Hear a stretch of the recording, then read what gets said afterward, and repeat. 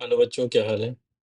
सो electrochemistry के इस video में बेसिकली हम लोग कंडक्शन कैसे होता है इलेक्ट्रोलाइटिक सॉल्यूशन, क्या क्या लॉ है कंडक्शन जो फॉलो करता है, ये सारी चीजें डिटेल में कवर करेंगे। सो ये वाला पार्ट जो है वो बेसिकली फार्मूला बेस है, मतलब अगर आपको रिजल्ट्स याद हैं तो क्वेश्चन डायरेक्ट बन जाएगा। ठीक है ना, जबकि पिछले वाले में रिजल्ट्स के साथ तमाम और चीजों की रिक्वायरमेंट थी। यहाँ पे रिजल्ट अगर याद है तो मैक्सिमम क्वेश्चन आप बनाओगे। तो देखो, कंडक्शन की अगर हम बात करें तो हमें पता है कि इलेक्ट्रोलाइट्स के अंदर जो है, इलेक्ट्रोलाइट के अंदर आयंस करंट को कैरी करने का काम करते हैं, जबकि मेटेलिक कंडक्टर में फ्री इलेक्ट्रॉन्स करंट को कैरी करते हैं। और टेम्परेचर अगर बढ़ाते हैं तो टेम्परेचर बढ़ाने पर इलेक्ट्रोलाइटिक सॉल्यूशन में तो कंडक्शन बढ़ता है। इलेक्ट्रोलाइटिक सॉल्यूशन के अंदर तो कंडक्शन बढ़ता है, जबकि मेटेलिक कंडक्टर जो है उनके अंदर कंडक्शन की वैल्यू घटती है।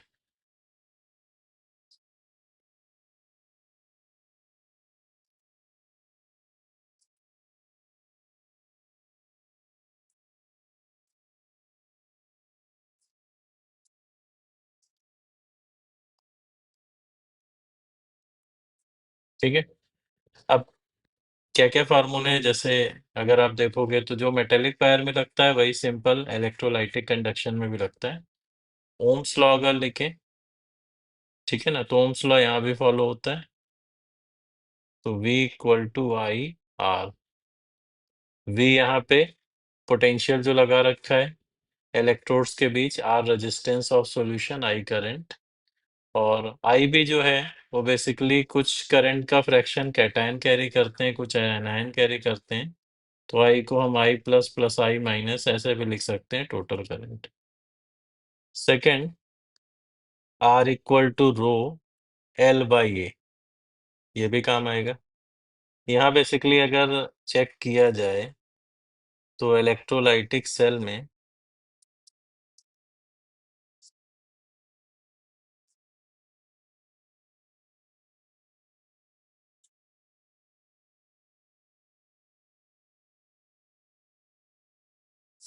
या इसको इस तरीके से बना लेते हैं, ज्यादा अच्छा है।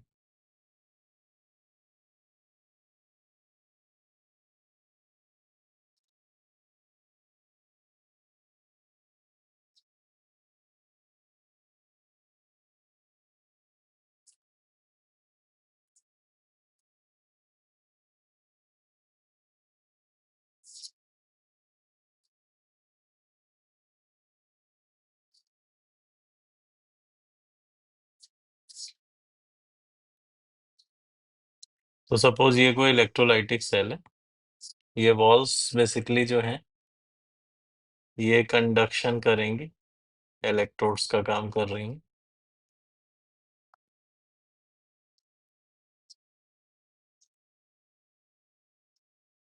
तो इस तरीके से एक इलेक्ट्रोलाइटिक सेल तैयार की हुई है। अब यहाँ पे जो हमने फार्मूला लिखा है R equal to rho L by A, तो L तो इलेक्ट्रोड के बीच का डिस्टेंस है, A इलेक्ट्रोड का क्रॉस सेक्शनल एरिया जो फेसिंग है, और L बाई ए को हम लोग बोलते हैं basically cell constant. Given cell के लिए ये चीज फिक्स होती है। इसको G स्टार से भी एनसीईआरटी में डिनोट किया गया है, this is called cell constant. R resistance है सॉल्यूशन का, रो रेजिस्टिविटी। ठीक है, तो ये इलेक्ट्रोलाइटिक सॉल्यूशन पर भी एप्लीकेबल है। इसी तरह हम बात करें अगर कंडक्टेंस की, तो कंडक्टेंस यहाँ भी उसी तरह डिफाइंड है, inverse of resistance. Conductivity, conductivity को हम कप्पा से डिनोट करते हैं, this is also called as specific value of conductance. और डिफाइन इस तरह है कि 1 सेंटीमीटर क्यूब सॉल्यूशन की जो कंडक्टेंस वैल्यू है that is called as specific. 1 centimetre cube solution की कंडक्टेंस वैल्यू जो है दैट इज कॉल्ड स्पेसिफिक। और 1 सेंटीमीटर क्यूब ऐसे कि इलेक्ट्रोड के बीच की डिस्टेंस 1 सेंटीमीटर हो, और एरिया जो है क्रॉस सेक्शन का वो 1 सेंटीमीटर स्क्वायर हो, तो ऐसे सॉल्यूशन की जो कंडक्टेंस होगी that is called as specific. अब जो R equal to rho L by A लिख रहे थे, इस फार्मूले को इसमें भी कन्वर्ट कर सकते हैं कि अगर रो को हम लेफ्ट में लें, R को हम राइट में लें, तो 1/रो 1/R आ जाएगा, तो K इक्वल टू CL/E। तो ये स्पेसिफिक कंडक्टेंस या कंडक्टिविटी का सो यूनिट जो है स्पेसिफिक कंडक्टेंस की ऐसे लिख सकते हैं, ओम इनवर्स सेंटीमीटर इनवर्स।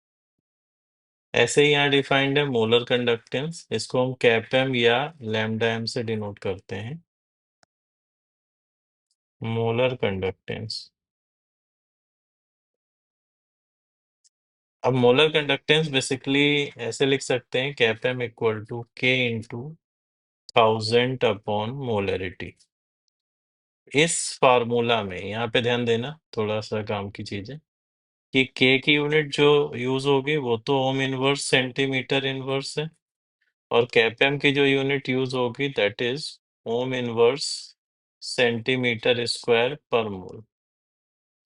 और अगर मीटर वाली यूनिट में लेके चलें इनको, तो फार्मूला हम इस तरीके से लिख सकते हैं, K into 1/1000 m, cap M equal to K into 1/1000 m। K यहाँ पे ohm inverse ohm inverse metre inverse है, और कैपएम जो है that is ohm inverse metre square per mole है। ठीक है, सो इस तरीके से कैपएम की वैल्यू लिख सकते हैं, दोनों चीजें ध्यान से देख लेना, इंपॉर्टेंट है। अब जैसे कैपएम है वैसे ही इक्विवेलेंट कंडक्टेंस भी है। इक्विवेलेंट कंडक्टेंस को हम कैप इक्विवेलेंट और लैम्डा इक्विवेलेंट से डिनोट करते हैं, दिस इज इक्विवेलेंट कंडक्टेंस। देखो, एक इक्विवेलेंट इलेक्ट्रोलाइटिक सॉल्यूशन की जो कंडक्टेंस होती है दैट इज इक्विवेलेंट कंडक्टेंस, और सेम इक्विवेलेंट कंडक्टेंस का भी फार्मूला है के इंटू 1000 अपॉन नॉर्मेलिटी। ये तब लगेगा जब के की वैल्यू है सेंटीमीटर वाली यूनिट में, और कैप इक्विवेलेंट भी है सेंटीमीटर वाली में। मीन्स के को हम अगर लिखें ओम इनवर्स सेंटीमीटर इनवर्स में, और कैप इक्विवेलेंट भी आएगा यहाँ से ohm inverse centimetre square per equivalent. और यही अगर मीटर वाली यूनिट में ले लें तो इसी चीज को हम लिख सकते हैं, cap equivalent equal to K into 1/1000 into normality. ठीक है, और यहाँ पे के जो है that is ohm inverse metre inverse, और कैप इक्विवेलेंट जो है that is ohm inverse metre square per equivalent. तो ये ध्यान रखना। और इक्विवेलेंट और मोलर कंडक्टेंस भी आपस में रिलेटेड होते हैं। ठीक है, तो इस तरीके से लिख सकते हैं, नॉर्मलिटी की जगह मोलरिटी इंटू एन फैक्टर डालें, तो cap M equal to cap equivalent into n factor, ऐसे लिख पाएंगे। अब ये कैप एम वेरी कैसे करता है, वो वेरिएशन हमको ध्यान रखना पड़ेगा, क्वेश्चन कई बार आता है। तो कैप एम पर अगर डाइल्यूशन का इफेक्ट देखें,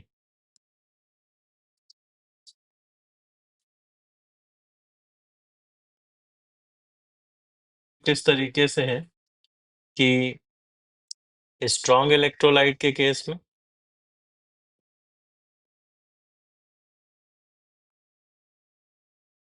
डाइल्यूट करने पे कैपएम की वैल्यू लगातार बढ़ती है, और अगर कैपएम को हम स्क्वायर रूट ऑफ कंसंट्रेशन के साथ ड्रॉ करें तो इस तरीके का ग्राफ आता है।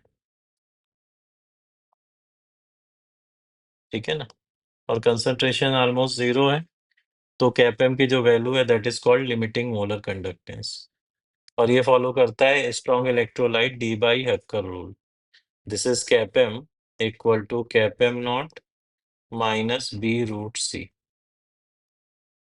तो कैप एम तो मोलर कंडक्टेंस है, cap M not limiting value है मोलर कंडक्टेंस की, सी कंसंट्रेशन और बी कांस्टेंट है फॉर इलेक्ट्रोलाइट। और अगर वीक है कोई इलेक्ट्रोलाइट,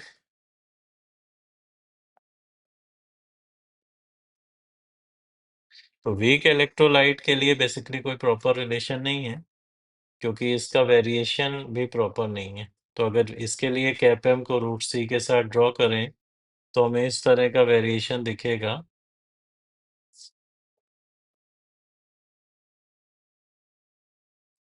ठीक है, तो वीक इलेक्ट्रोलाइट के लिए कोई मतलब इस तरह का रिजल्ट नहीं है तो डायरेक्ट हम कैप एम नॉट निकाल पाए।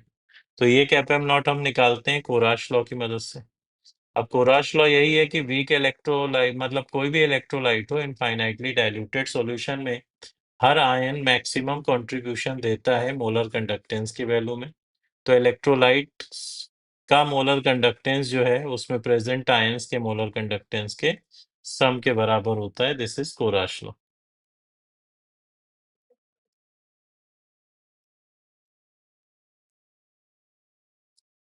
ठीक है, तो कोराश लॉ के अकॉर्डिंग मान लो आप Na2SO4 है, तो Na2SO4 का जो मोलर कंडक्टेंस होगा लिमिटिंग, वो 2 into molar conductance of Na plus plus molar conductance of sulphate ion, इसके बराबर होगा। या एसिटिक एसिड में लगा रहे हो वीक इलेक्ट्रोलाइट में तो भी ऐसे ही लिख सकते हो कि cap M not acetic acid का, this is cap M not CH3C minus plus cap M not H plus, इसके बराबर होगा। ठीक है, तो ये कोराश लॉ है। अच्छा, कोराश लॉ का एक एप्लीकेशन ये है कि वीक इलेक्ट्रोलाइट की हम कैप एम नॉट निकाल सकते हैं using strong electrolyte. Cap M naught of weak electrolyte using strong electrolyte. दूसरा, वीक इलेक्ट्रोलाइट के लिए डिग्री की value cap M by cap M naught लिख सकते हैं।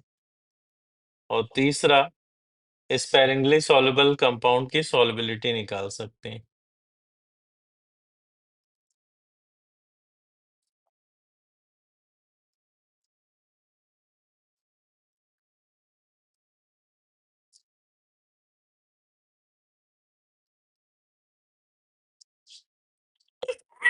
तो स्पेरिंगली सॉल्युबल में एक चीज मान के चलते हैं कि cap M is same as cap M naught, और इस कैप एम को हम के सॉल्ट इनटू 1000 बाई सॉल्युबिलिटी लिख सकते हैं।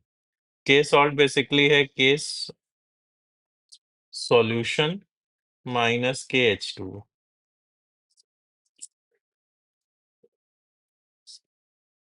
तो इस तरीके से कैलकुलेशन इसमें की जा सकती है, राइट। और एक पॉइंट इसमें आपको ध्यान रखना पड़ेगा,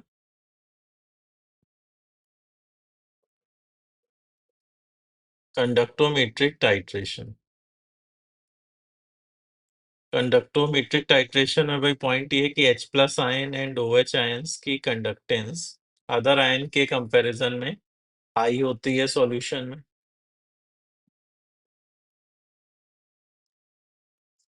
ठीक है, दूसरा डाइल्यूशन का इफेक्ट हम निग्लिजिबल मान के चलते हैं, तो ग्राफ को स्ट्रेट लाइन लेते हैं विद डाइल्यूशन। ठीक है ना, तो इसको मतलब प्रॉब्लम के थ्रू ही डिटेल में हम लोग देख लेंगे। तो थ्योरी वाले पार्ट में इतना ही। एक टर्म चाहो तो आयनिक mobility soon low.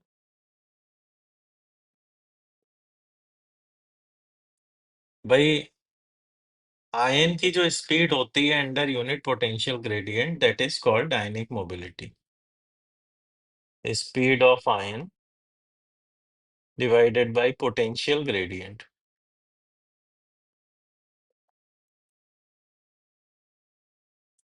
This is called ionic mobility. ठीक है ना, तो नाउ नेक्स्ट प्रॉब्लम्स देखते हैं और उसके थ्रू धीरे धीरे इसमें आगे बढ़ते हैं। सो ये क्वेश्चन जेई एडवांस 2015 का है। काफी अच्छा क्वेश्चन है। कॉन्सेप्ट्स एक्चुअल में मिक्स्ड है इसमें, तो ध्यान से हमें देखना पड़ेगा। आयनिक भी इन्वॉल्व है एज वेल एज इलेक्ट्रो भी इन्वॉल्व है। तो देखो, इस क्वेश्चन में बेसिकली हमको बोला जा रहा है कि मोलर कंडक्टिविटी हमारा एक वीक एसिड HX है। इसकी मोलर कंडक्टिविटी 10 टाइम स्मॉलर है than molar conductivity of weak acid HY।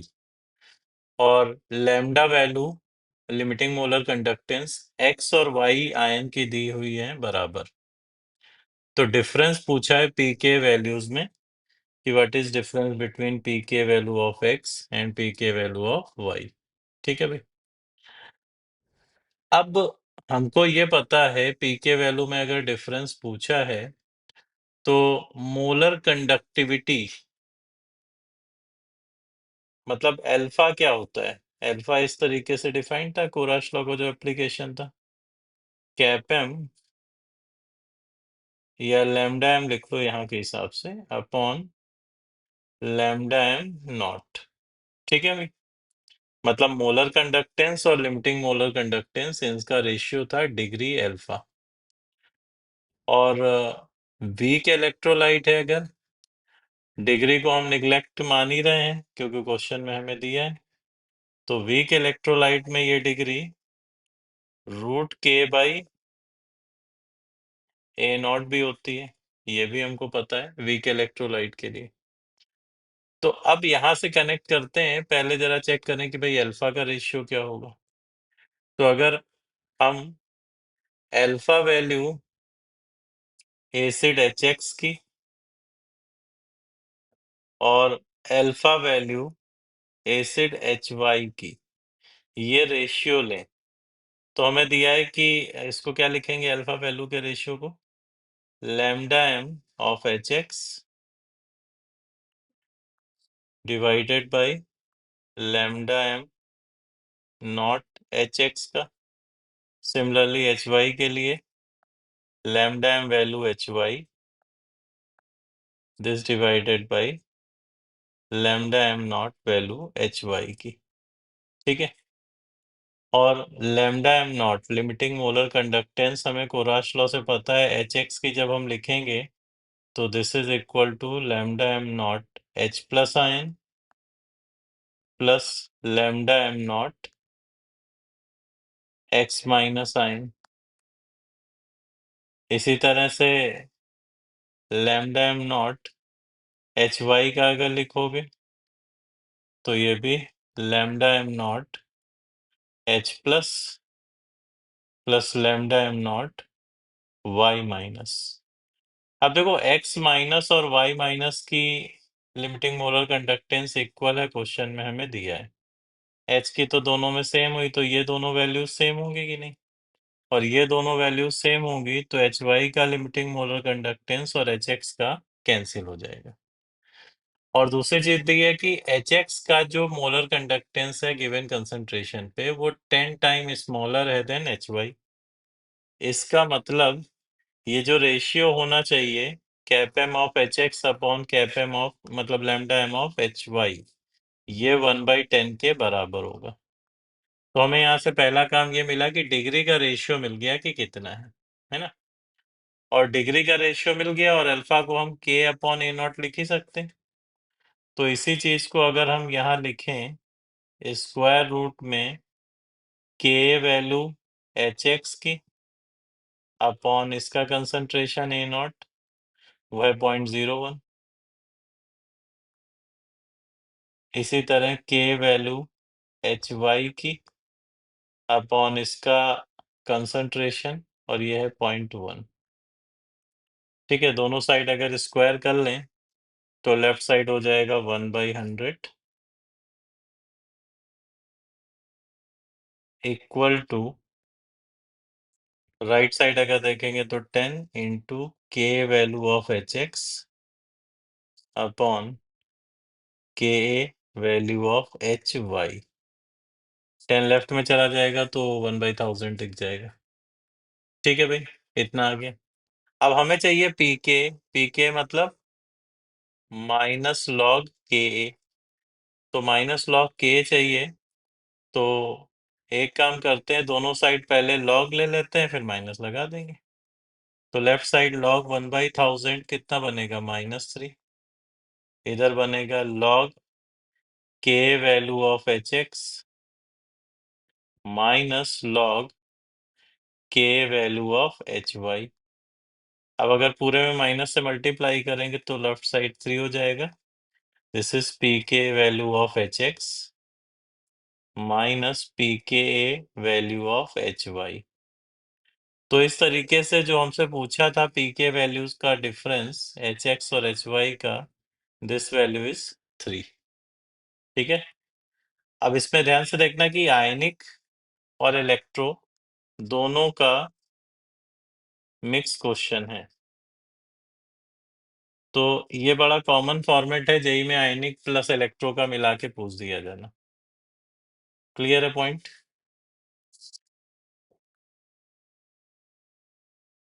Now next question देखते हैं।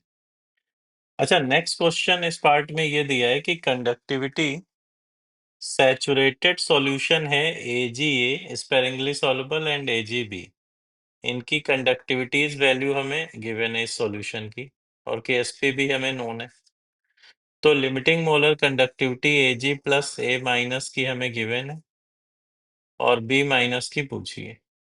तो अगर नोटिस कर रहे हो तो ये सॉल्युबिलिटी और इलेक्ट्रो वाले कॉन्सेप्ट से है, मतलब यहाँ भी क्वेश्चन जो पूछा गया है वो आयनिक प्लस इलेक्ट्रो, मतलब ये जेई का क्वेश्चन नहीं है, पुराना डेटा है, सिमिलर टाइप का आ चुका है जेई में।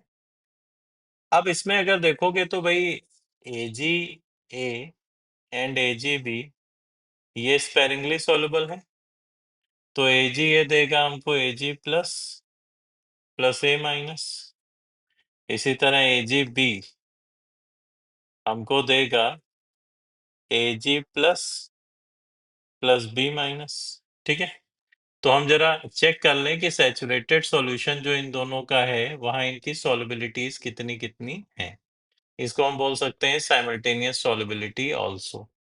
तो इसकी मान लो S1 है, तो प्रोडक्ट यहाँ से बनेगा S1 S1। सेकेंड वाले की अगर S2 है तो प्रोडक्ट यहाँ से बनेगा S2 एंड S2। अब Ag प्लस फर्स्ट से भी बन रहा है, सेकेंड से भी बन रहा है, तो नेट वैल्यू हम S1 प्लस S2 लिख सकते हैं Ag प्लस। तो ये फाइनल कंसंट्रेशन सॉल्यूशन में तीनों आयंस की हैं। अब हमें पता है कि Ag प्लस A माइनस का प्रोडक्ट इक्विलिब्रियम पर इसके KSP के बराबर होना चाहिए AgA के, और इसी तरह Ag प्लस और B माइनस की कंसंट्रेशन का प्रोडक्ट KSP ऑफ Ag भी होना चाहिए।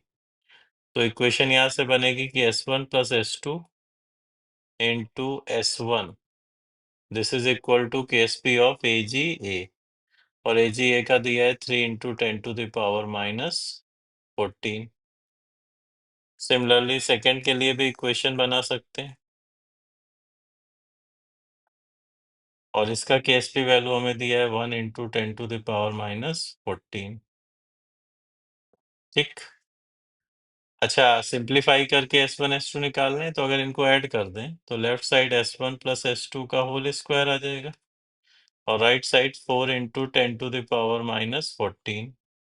तो यहाँ से S1 प्लस S2 की वैल्यू हमें 2 इंटू 10⁻⁻14 मिल जाएगी। इसको अगर फर्स्ट वाली इक्वेशन में डालेंगे तो S1 की वैल्यू आ जाएगी 1.5, ये 14 नहीं है, ये पावर आएगी 7, स्क्वायर रूट किया है तो दिस इज 7 माइनस में। हाँ, अगर फर्स्ट इक्वेशन में S1 प्लस S2 डालें तो ये वैल्यू आ जाएगी 1.5 इंटू 10⁻⁻7। Similarly S2 0.5 into 10⁻⁻7। तो ये हमारे पास S1 प्लस S2 की वैल्यू आई।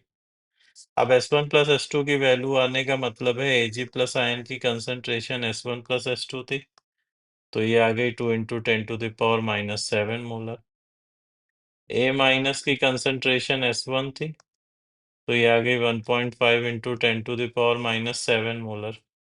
B माइनस की कंसंट्रेशन 0.5 इंटू 10⁻⁻7 मोलर।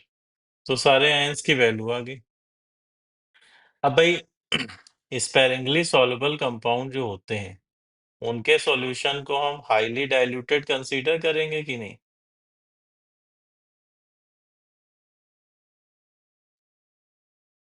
बिकॉज ये सारी कंसंट्रेशन हैं, ये एक तरीके से टेंडिंग टू जीरो ही तो है, तो सॉल्यूशन को हम इनफाइनाइटली डाइल्यूटेड की तरह ट्रीट कर सकते हैं।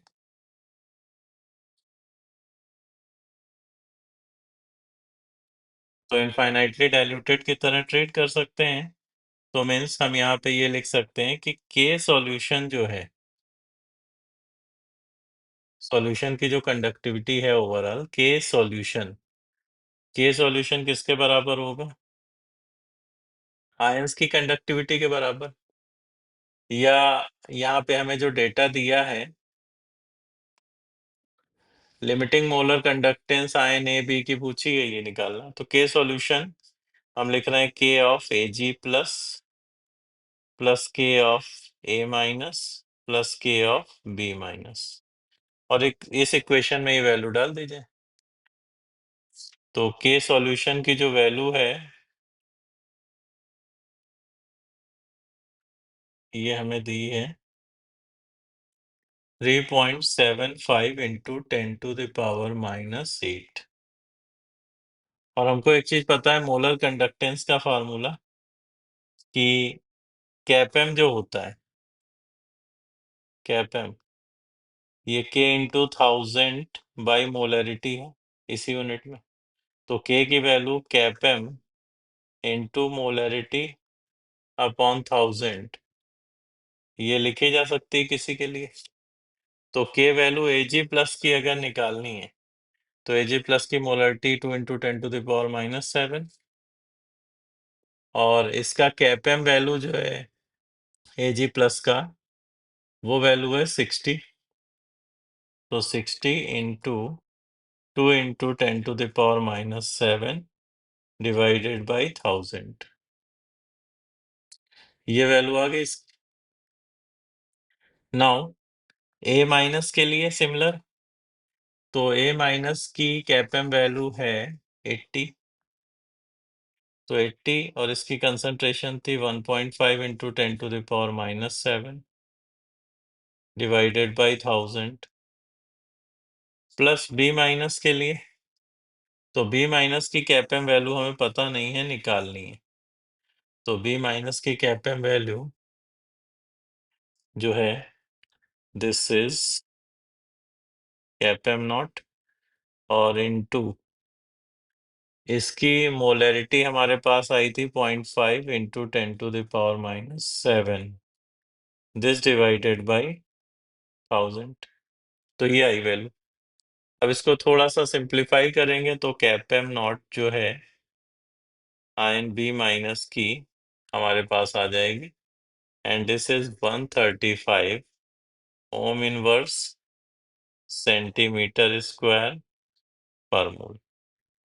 तो ये काफी अच्छा क्वेश्चन था, और यहाँ पे अगर नोटिस करोगे तो यहाँ पे सैचुरेटेड सॉल्यूशन है, तो सॉल्युबिलिटी वाला केस भी यूज हो गया, साइमल्टेनियस सॉल्युबिलिटी, और उसी में हमने मोलर कंडक्टेंस एंड कंडक्टिविटी का भी यूज कर लिया।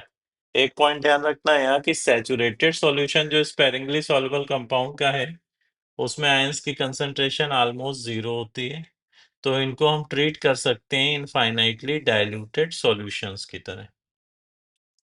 ना एक क्वेश्चन और चेक करते हैं। ये देखो भाई जेई एडवांस 2017 का है, और मैंने पहले ही बताया कि क्वेश्चन की लेंथ बड़ी होती है, तो कई बार बच्चे पढ़ते पढ़ते क्वेश्चन थक जाते हैं या डेटा स्किप करने लगते हैं कि पढ़ा क्या था, तो इस चीज की हैबिट जरूर डाल लो, क्योंकि इस तरह के ही मिलेंगे क्वेश्चन। अब इसमें हमें 0.0015 मोलर सॉल्यूशन वीक एसिड का दिया है, और इसकी कंडक्टेंस हमें डिटरमाइन करनी है कंडक्टिविटी सेल से प्लेटिनम इलेक्ट्रोड यूज करते हुए। तो इलेक्ट्रोड के बीच का डिस्टेंस हमको ये दिया जा रहा है 120 सेंटीमीटर, एरिया 1 सेंटीमीटर स्क्वायर, और कंडक्टेंस सॉल्यूशन की 5 इंटू 10⁻⁻⁷ है। पीएच है 4। तो लिमिटिंग मोलर कंडक्टेंस वैल्यू निकालनी है, जो कि Z इंटू 10⁻² है, तो Z बताना है कि कितना होगा। तो अब भाई वीक मोनोबेसिक एसिड है, और वीक मोनोबेसिक एसिड है तो ये हो गया एसिड HA टाइप का, और HA टाइप का तो सॉल्यूशन में हमें इससे H+ एंड A- मिलेंगे। ठीक है, सॉल्यूशन में इतना मिलेगा, और इसकी मोलरिटी हमको दी जा रही 0.0015। तो अगर ये A0 है, डिग्री इसकी अल्फा है, तो हम लिख सकते हैं A0 अल्फा H+ और A0 अल्फा A-, और A0 की वैल्यू 0.0015 मोलर है।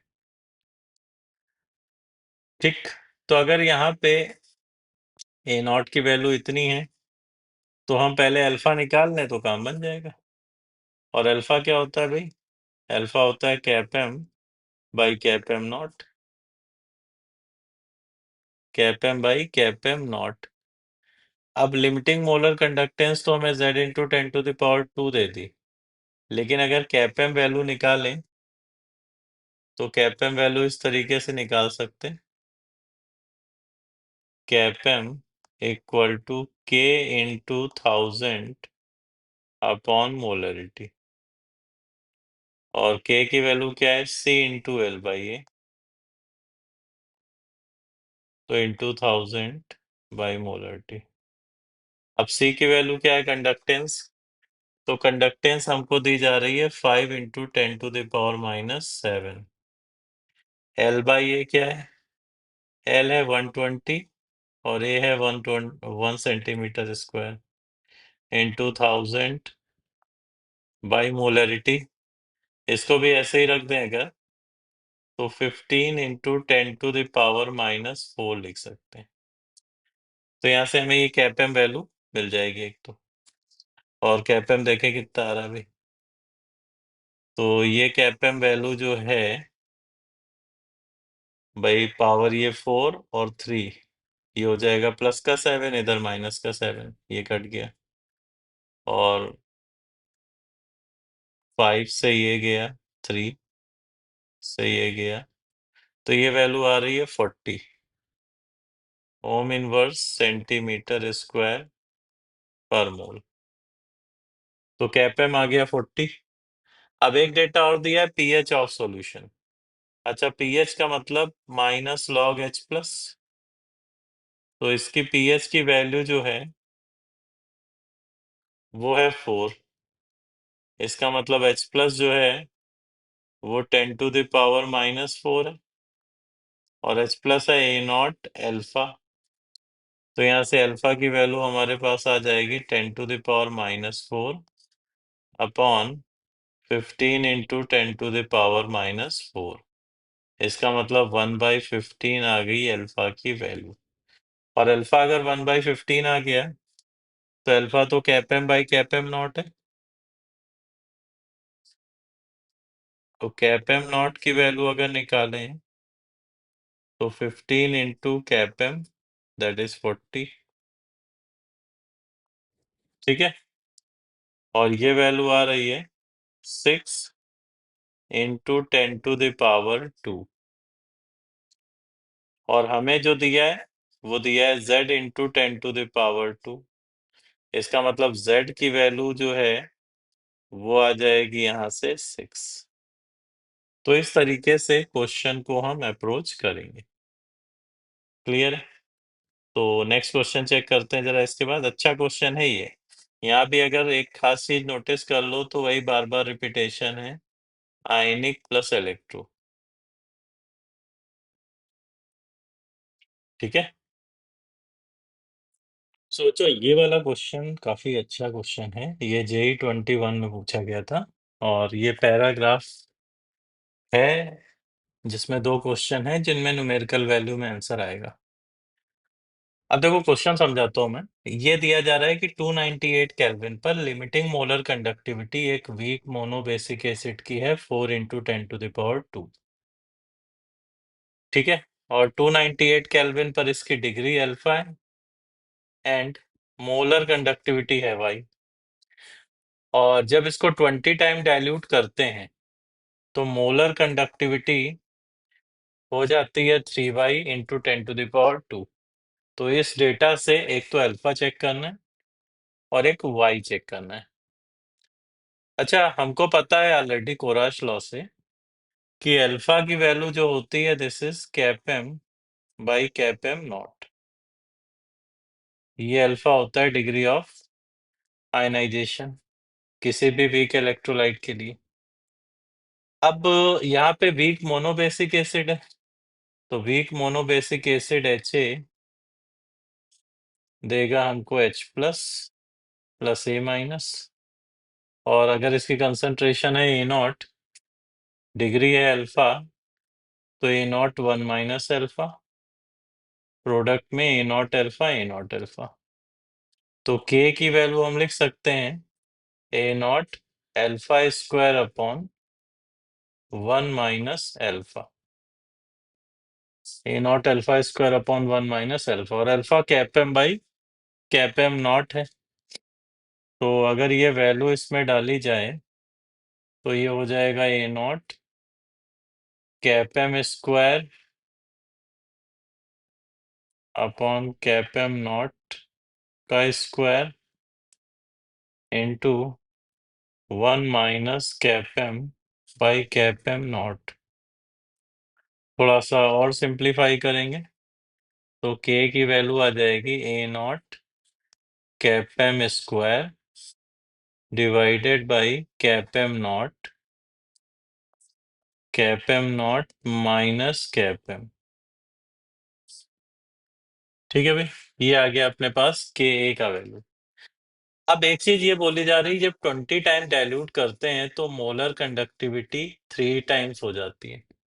अच्छा, एक चीज बताओ कि अगर 20 टाइम डाइल्यूट करेंगे तो क्या K के वैल्यू में कोई फर्क पड़ेगा? K के वैल्यू में कोई भी फर्क नहीं पड़ेगा because this is an equilibrium constant. इसका मतलब K सेम ही रहेगा, डाइल्यूशन का कोई उस पर असर होना नहीं। तो अब पहले केस में अगर कंसंट्रेशन को हम A0 लें और कैपएम वैल्यू जो है वो हमको दी जा रही है y इंटू 10⁻²। तो ये हो जाएगा वाई स्क्वायर इंटू 10⁻⁴ ऊपर divided by cap M not that is 4 into 10⁻² और bracket 4 into 10⁻² minus CAPM that is y into 10⁻²। ये हमने वैल्यू रख दी पहले केस में। अब दूसरे केस में अगर रखें तो कंसंट्रेशन 1/20 हो जाएगी। तो कंसंट्रेशन हम A0/20 रख रहे हैं और मोलर कंडक्टेंस 3 टाइम्स हो रही है। तो यहाँ पे ऊपर बनेगा 9y square into 10⁻⁴ this divided by cap M not that is 4 into 10⁻², 4 into 10⁻² minus 3y into 10⁻²। ठीक है, तो ये बन रहा है एक्सप्रेशन। अब यहाँ सिंप्लीफाई करें तो एक तो A0 की वैल्यू तो कैंसिल ही हो रही है। सॉल्व करके हमारे पास y लगभग 44/51 इतना आ जाएगा और ये वैल्यू 0.86 के बराबर। तो y की वैल्यू आ रही है 0.86। नाउ अब अल्फा चाहिए, तो अल्फा हमको पता है cap M by cap M not है। तो इनिशियल वैल्यू अगर उठा लें तो कैप एम y इंटू 10⁻² है upon cap M not 4 into 10⁻² है। तो ये y/4 हो जाएगा, y 0.86 है डिवाइडेड बाई 4, तो 0.215 लगभग इतना आ रहा है, 0.215। तो ये अल्फा का आंसर अगर 2 डेसिमल प्लेस तक देखें तो 0.21 से 0.22, ये IIT ने कंसीडर किया था 0.21 या 0.22। और y की वैल्यू 0.86। तो ये भी अगर चेक करो आप, तो आयनिक का भी कॉन्सेप्ट है प्लस इलेक्ट्रो, ये दोनों कॉन्सेप्ट क्वेश्चन में मिक्स है।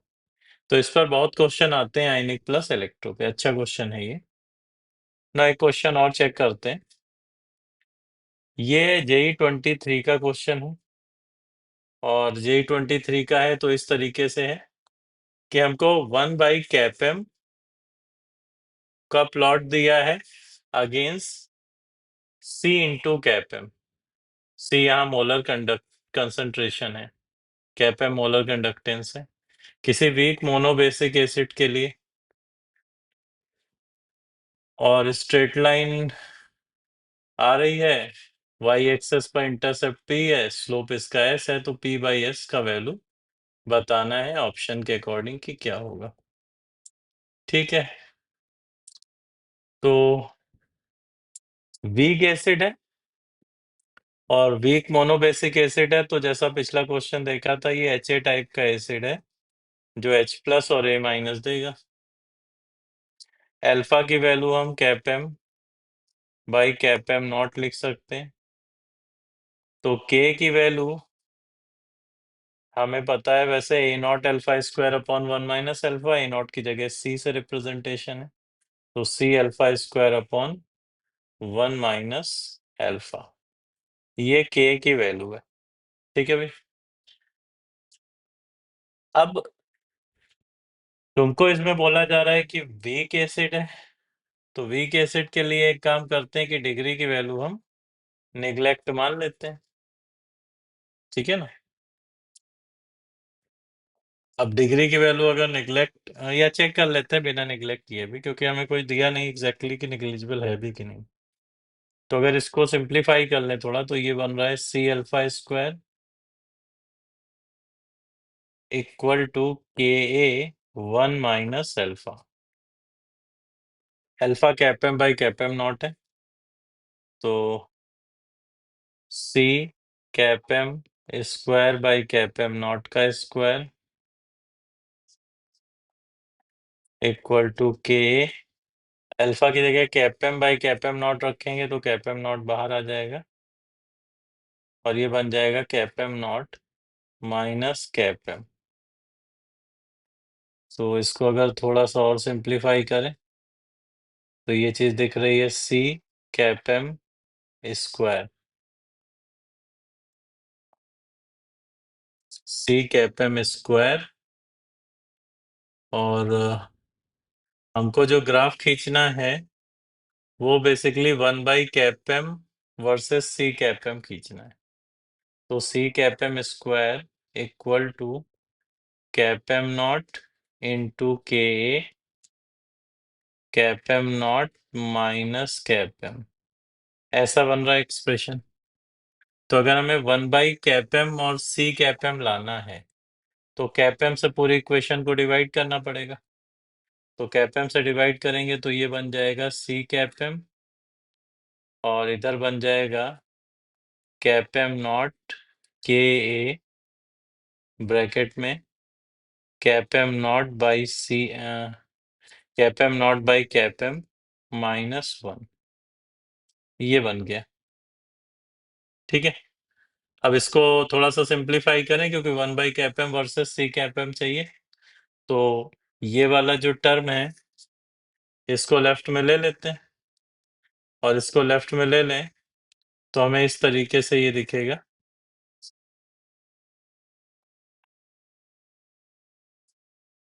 कि cap M naught by cap M equal two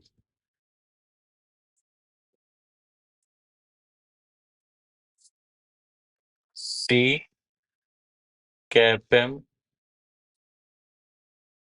by cap M naught KA। ठीक है, +1, ऐसा दिख रहा है। हमने इसमें किया क्या, इस टर्म को भेजा इधर, और ये -1 को इधर रखा +1, तो CAPM by cap M naught by CAPM हमारे पास ये आ गया, या 1/kpm चाहिए तो थोड़ा सा और, तो 1/kpm बन गया C cap M by cap M not का square into K plus 1 by cap M naught. तो अगर स्लोप देखें तो 1 बाई कैप एम नॉट का स्क्वायर इंटू के, ये बन रहा है स्लोप। और इंटरसेप्ट देखें तो वो इंटरसेप्ट आ रहा है 1 बाई कैप एम नॉट। तो स्लोप एस की वैल्यू यहां से दिख रही है 1 अपॉन कैप एम नॉट का स्क्वायर इंटू के, और इंटरसेप्ट पी दिख रहा है 1 बाई कैप एम नॉट। तो अब हमको चाहिए पी बाई एस। अच्छा, पी बाई एस, तो ये बन जाएगा कैप एम नॉट इंटू के, P by S cap M not into के आ रहा रेशियो, और ये हमें एक ऑप्शन में नजर आ रहा है। तो हमें बस वही है कि weak electrolyte, weak monoprotic acid जो है, मोनोबेसिक एसिड, उसके लिए इस तरीके से वैल्यू चेक कर लेनी है। 23 का क्वेश्चन है ये। इसका मतलब इस कॉन्सेप्ट पे अगर आप देखो तो 22 में भी आ चुका है, 21 में भी आ चुका है, 23 में भी आ चुका है। तो कंडक्टेंस वाला जो पार्ट है वो काफी इंपॉर्टेंट है, इसको हमें ध्यान से देखना है ना। एक क्वेश्चन और चेक करते हैं जरा, ये अच्छा क्वेश्चन ये भी है 22 में। देखो सेम कंडक्टेंस वाले पार्ट से ही है, तो एडवांस में ये आजकल काफी पूछा जा रहा है कंडक्टेंस वाला पार्ट।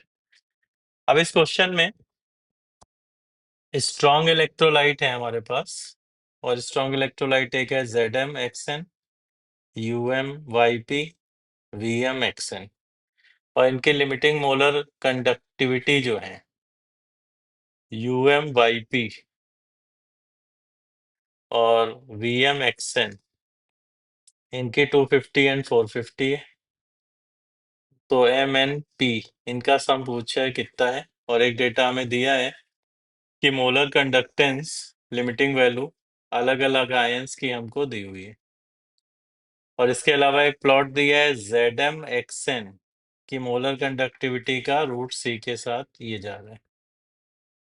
ठीक है, तो अब इससे हमें चीजें चेक कर लेनी कि भाई क्या होगा M plus N plus P का वैल्यू। तो जैसे अब ये 250 वैल्यू दी गई है, तो इक्वेशन बनाते हैं पहले। तो ये 250 वैल्यू मोलर कंडक्टेंस की दी गई UmYp की, तो इसको लिख सकते हैं M into cap M naught of U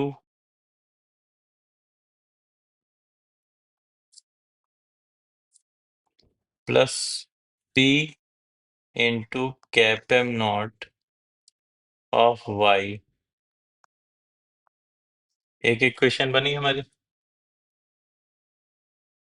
similarly दूसरी इक्वेशन VmXn के लिए बन सकती है, और VmXn के लिए बनाए तो ये वैल्यू है 440। तो यहाँ पे लिख सकते हैं M into molar conductivity of V, तो cap M naught of V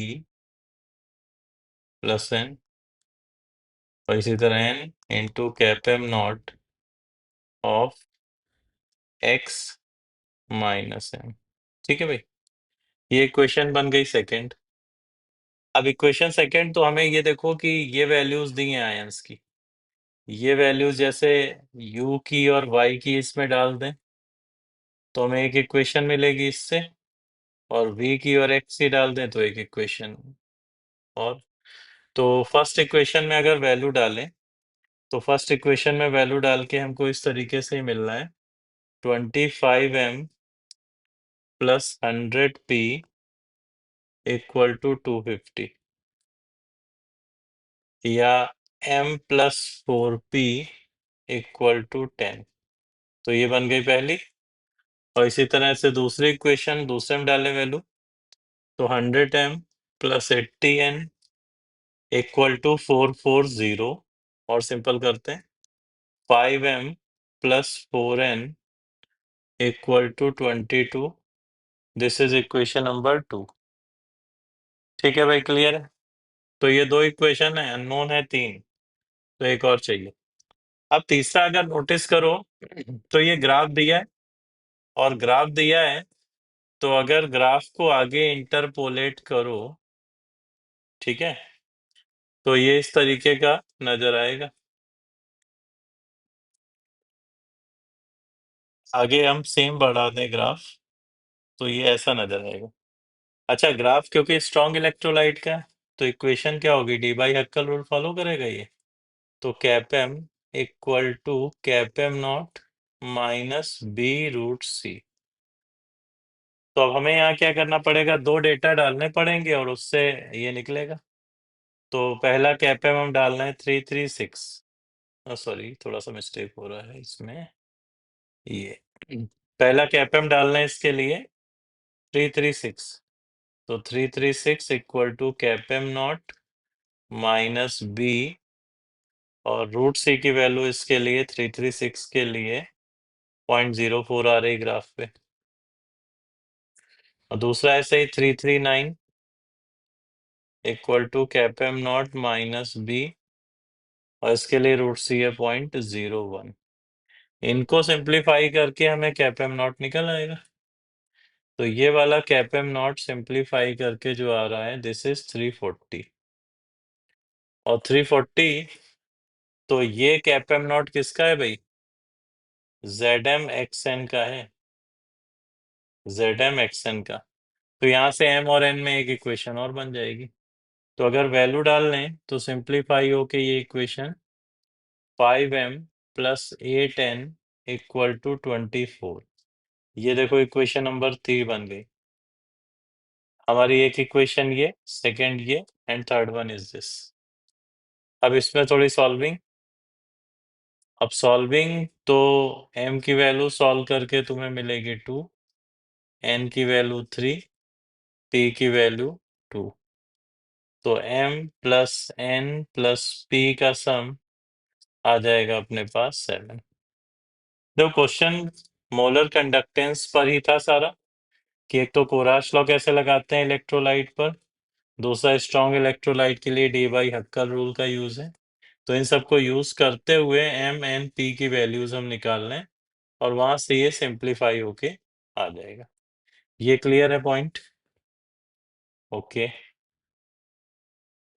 ना एक और चेक कर लेते हैं क्वेश्चन। ये है तो पुराना, बट कॉन्सेप्चुअल है, इसलिए मैंने यहाँ पे इस क्वेश्चन को यूज किया। ये क्वेश्चन बेसिकली क्या है कि किस तरीके से ग्राफ वेरी करता है कंडक्टेंस का डाइल्यूशन के साथ, उस पर ये क्वेश्चन बेस है, और काफी अच्छा क्वेश्चन है। ठीक है, अब यहाँ पे हो क्या रहा है कि सॉल्यूशन x को स्लोली हम y में ऐड कर रहे हैं। कई बार इसी में गड़बड़ पड़ जाते हैं, x में y मिला रहे हैं, दोनों में ग्राफ का चेंज आएगा, फर्क आएगा। तो कुल मिला के y में x ऐड कर रहे हैं। तो y में x ऐड कर रहे हैं, तो y हमारा रहेगा बीकर में, और x हम ड्रॉप बाय ड्रॉप ऊपर से मिलाएंगे।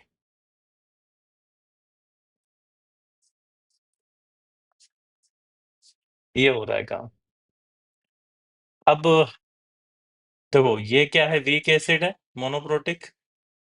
तो ये वीक एसिड है y यहाँ पे, और वीक बेस है x। अब तुम देखो, जब weak acid plus weak base मिलाओगे, पी वाला पार्ट है जैसे, कि वीक एसिड में वीक बेस मिलाओगे, तो ये बनेगा सॉल्ट। अब वीक एसिड जो है वो है वीक इलेक्ट्रोलाइट, सॉल्ट जो है वो है स्ट्रॉन्ग इलेक्ट्रोलाइट। तो जब भी वीक इलेक्ट्रोलाइट स्ट्रॉन्ग में कन्वर्ट होगा, तो कंडक्टेंस की वैल्यू इंक्रीज होगी। और जब रिएक्शन कंप्लीट हो जाएगी, जब रिएक्शन कंप्लीट हो जाएगी, उसके बाद भी अगर वीक बेस मिलाते रहोगे, तो क्या होगा कि सॉल्ट ऑलरेडी पड़ा है, वो वीक बेस पे कॉमन आयन इफेक्ट लगाएगा, जिसकी वजह से इसका कोई आयनाइजेशन नहीं होगा, और कंडक्टेंस की वैल्यू चेंज नहीं होगी, ऑलमोस्ट सेम आएगी। तो इसमें अगर देखें तो पहले तो कंडक्टेंस बढ़ेगी क्योंकि वीक इलेक्ट्रोलाइट स्ट्रांग में कन्वर्ट हो रहा है, और उसके बाद वैल्यू ऑलमोस्ट कांस्टेंट हो जाएगी। तो इस तरीके से ये वेरी करेगा। ठीक है, मोलर कंडक्टेंस का ग्राफ। जैसे दूसरा चेक करते हैं, क्यू। क्यू में बेसिकली AgNO3 में KI मिला रहे हो। अब AgNO3 है और उसमें KI मिलाओगे तो एक तो प्रेसिपिटेट बनेगा AgI, और इसकी कंडक्टेंस वैल्यू ऑलमोस्ट 0 होती है, प्लस KNO3। तो यहां से तो कुछ आने वाला नहीं। तो कुल मिला के हो क्या रहा है, AgNO3 कम होता चला जा रहा है और KNO3 बढ़ता चला जा रहा है। और Ag और K की वैल्यू कंडक्टेंस की लगभग सेम होती है, पढ़ चुके हो तुम लोग सब। और ये वैल्यू सेम होती है तो इस वजह से ग्राफ में तुम्हें क्या नजर आएगा कि पहले तो ग्राफ कांस्टेंट चलेगा। पहले तो ग्राफ कैसा चलेगा, कांस्टेंट। और उसके बाद जब रिएक्शन हो जाएगी कंप्लीटली, फिर भी KI मिलाते जाओगे तो कंडक्टेंस की वैल्यू बढ़ेगी। तो इसका कैपएम का ग्राफ इस तरीके से आएगा। तीसरा जो है KOH प्लस एसिटिक एसिड। भाई तीसरे वाले केस में KOH में अगर एसिटिक एसिड मिला रहे हो, Y है KOH, QH में अगर एसिटिक एसिड मिला रहे हो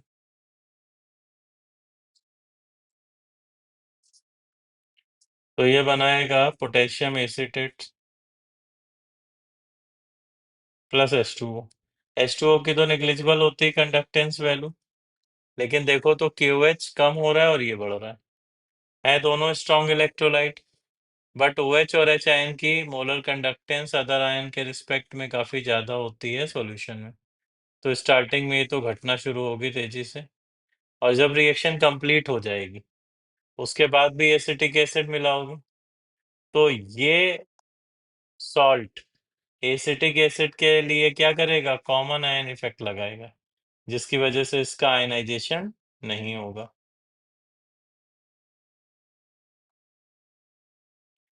आयनाइजेशन नहीं होगा तो सॉल्यूशन की मोलर कंडक्टेंस में किसी तरह का कोई चेंज हमें देखने को नहीं मिलेगा। ऐसे ही लास्ट चेक कर लेते हैं।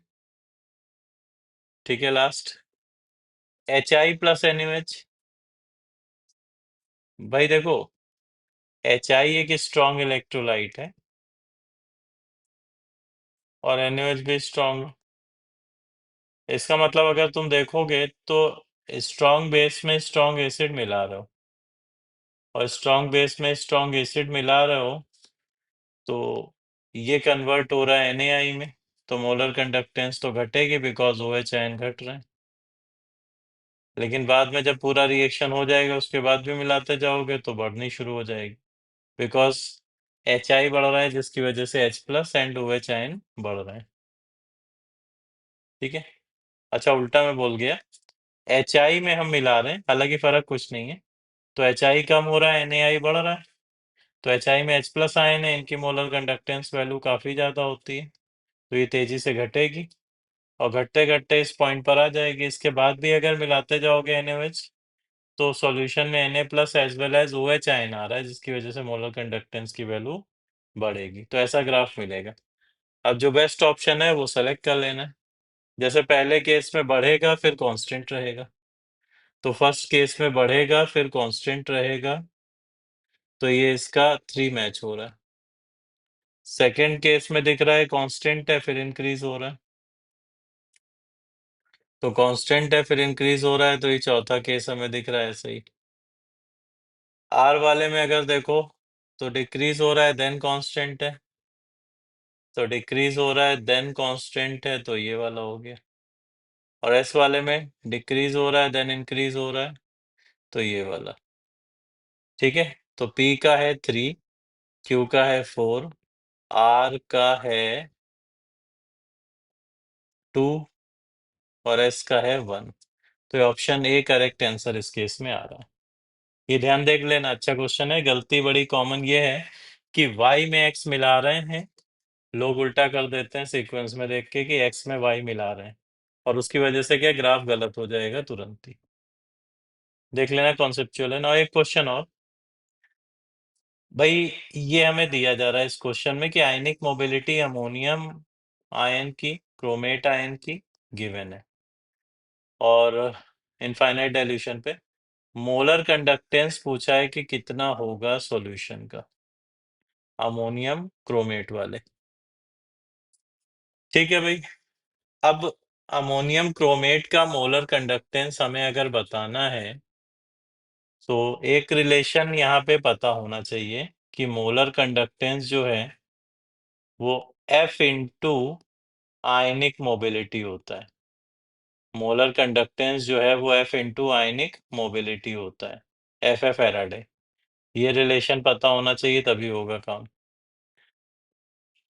तो अब अमोनियम क्रोमेट,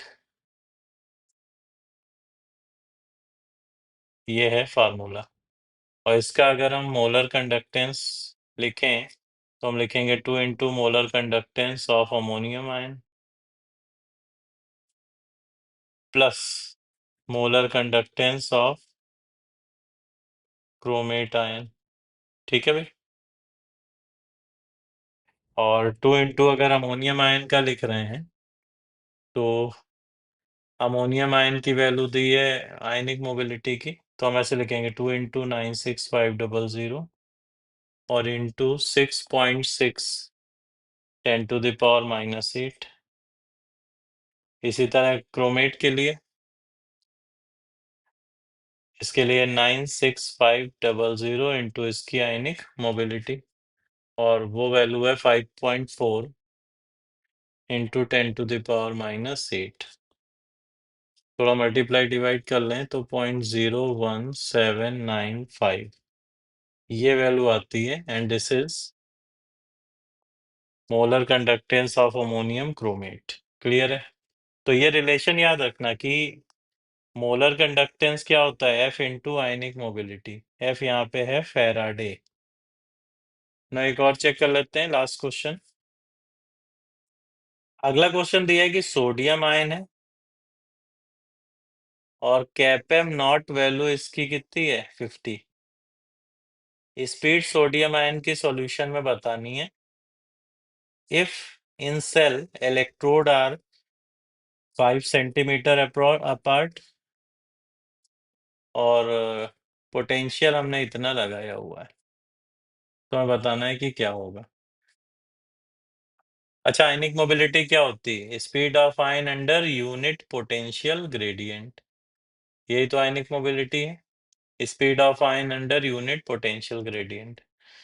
तो आयनिक मोबिलिटी को हम एक तो ऐसे तो लिख ही सकते हैं, आयन का cap M not by F,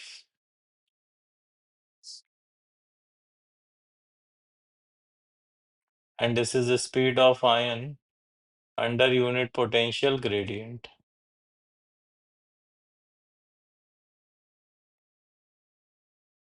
ठीक है भाई, तो mu naught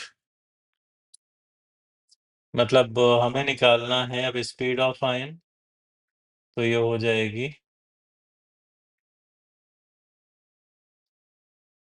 cap M not that is 50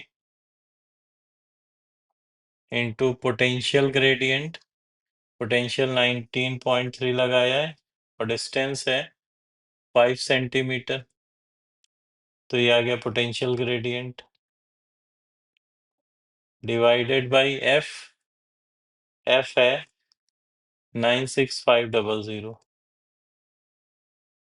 तो ये वैल्यू मल्टीप्लाई करें तो 2 इंटू 10⁻⁻3 सेंटीमीटर पर सेकेंड आएगी। ठीक है भाई, तो ये लास्ट क्वेश्चन था। अगर आप नोटिस करो तो इस सेक्शन में मतलब रिसेंटली जो भी क्वेश्चन पूछे गए हैं वो कंडक्टेंस वाले पार्ट से ही पूछे गए हैं जेई एडवांस में। रिसेंटली 2-3 सालों में जो भी आए हैं वो लगातार इसी पार्ट से आते जा रहे हैं, तो ये काफी इम्पोर्टेंट पार्ट है, और क्वेश्चन आयनिक के साथ मिक्स होके ही आ रहे हैं इस पार्ट में, तो थोड़ा सा हमें ध्यान रखना पड़ेगा कि दोनों के कॉम्बिनेशन वाले क्वेश्चन किस तरीके से अप्रोच करते हैं। क्लियर है पॉइंट? ओके बच्चों।